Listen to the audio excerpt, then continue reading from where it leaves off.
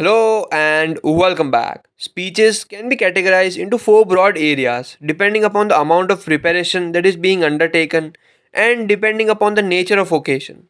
Our aim is to acquaint you with these four different modes of speeches, then to focus most of your time on preparation, practice, and presentation of to the point speeches. So, in this video, we will discuss about four different types of speeches. This will be the first video in our series about effective speaking. So let's begin. First on our list is manuscript speech. When you listen to the president deliver State of Union message, you listen to a well-crafted speech. The speech has been polished by a staff of speech writers and has been practiced many times.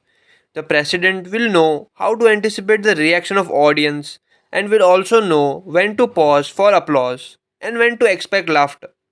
This form of speaking is used when exact words matter and when much time and energy is expended on getting everything just right.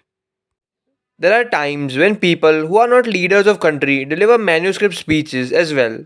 They are used when people testify before Congress, when people read important statements in public setting, or when people deliver reports at professional meetings.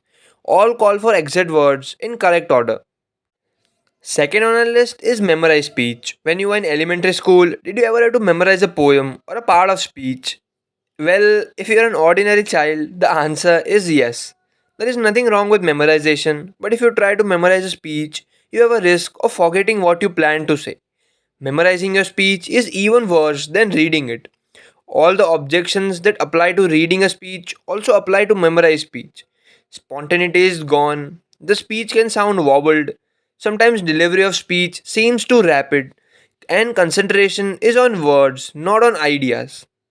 Sometimes the speech sounds too formal, like a written essay. There is minimal feedback or other contact with the audience. And what happens if your mind goes completely blank or if an audience member interrupts? The entire presentation will likely fall apart. Memorizing a speech puts entirely too much pressure on the speaker. But one thing to note, if you must always memorize and rehearse your introduction and conclusion. Third on our list is impromptu speech. There will come a time for all of us when you are asked to say a few words without much preparation. You haven't prepared any notes, you haven't practiced what you will say, and you are being asked to speak. While this may seem incredibly scary, impromptu presentations are the most common type of public speaking. You are in class, and suddenly the professor wants to hear how group projects are going.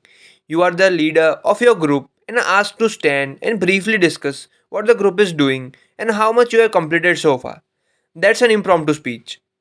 Fourth and the last on our list is extemporaneous speech. The focus of most college courses in public speaking is extemporaneous speech.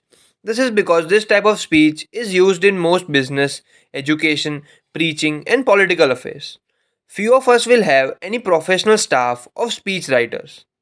Simply stated, an extemporaneous speech is one where you will have enough of time for preparation and practice but will not be expected to read from a manuscript or to have speech memorized.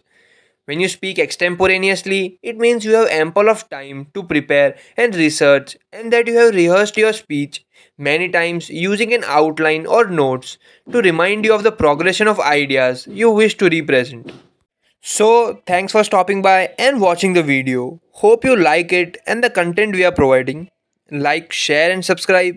Don't forget to hit the bell icon and see you next time.